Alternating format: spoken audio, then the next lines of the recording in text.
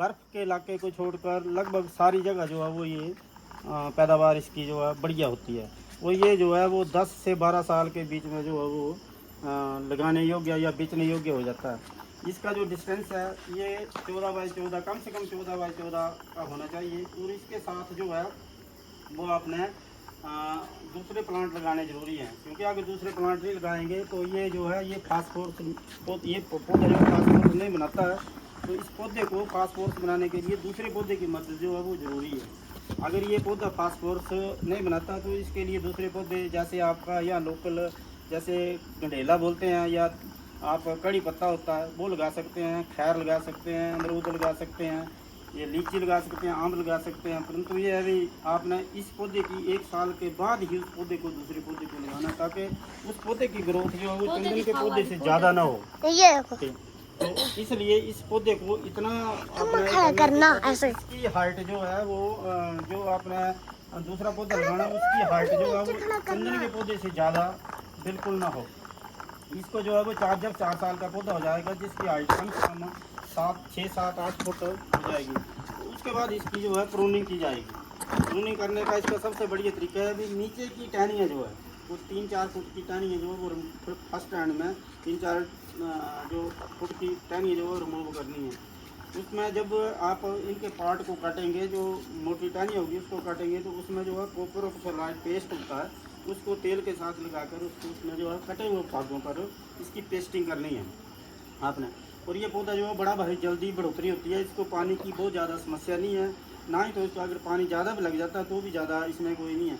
इसके लिए जो मिट्टी चाहिए वो दोमट मिट्टी चाहिए, जैसे आपके पथरीली मिट्टी हो, पत्थर हो, या आपकी थोड़ी बहुत 50% जैसे रेत सैंड मिक्स हो इसमें। तो ये चीज़ें जो है आपको बड़ी ध्यानपूर्वक देखने वाली बात है।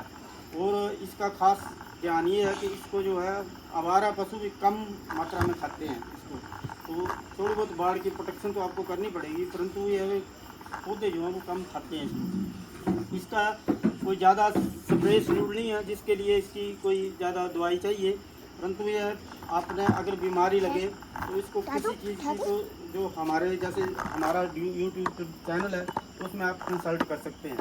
दूसरी सबसे बड़ी बात है ये तो हो गया आपका वाइट चंदन।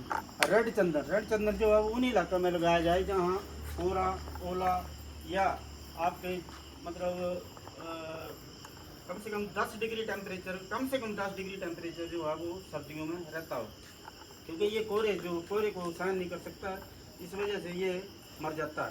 तो आपको अगर रेड चंदन लगाना है तो बड़ी सावधानी पूर्वक लगाना चाहिए। ये जो हमारी जो मिट्टी है ये गोड़ी मिट्टी जो है जिसको लाल मिट्टी बोलते हैं, उसमें जो है लाल चंदन जो है बड़े बढ़िया रूप से उगाया जाता है, तो इसलिए इसको जो है लाल चंदन जो है प्रेफर करता है। और इसमें जो है पानी की कोई ज़्यादा ज़रूरत नहीं होती लाल चंदन के लिए, इसकी ग्रोथ स्लो होती है। इसका जो टेन्योर है आपका काटने का टेन्योर है, लेंथ ऑफ प्रोग्रेसिव एरिया जो है इसका, इसमें जो है कम से कम 20 साल से लेकर 30 साल तक इसकी जो है वो काटने का समय होता है।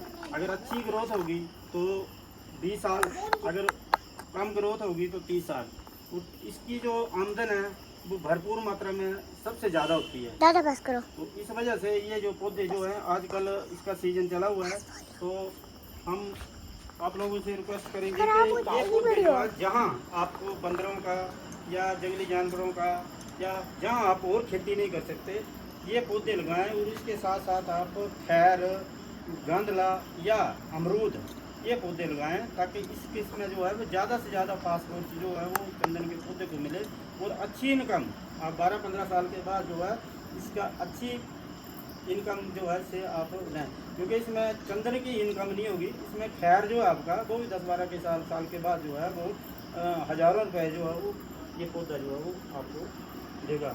तो गाइड आपसे रिक्वेस्ट है कि ये मेरा यूट्यूब चैनल जो है इसको सब्सक्राइब करें और हमारे इस जो नया सब्जेक्ट हमने जोड़ा हुआ है इसके ऊपर जो है आपका पूरा ध्यान दें। Thank you.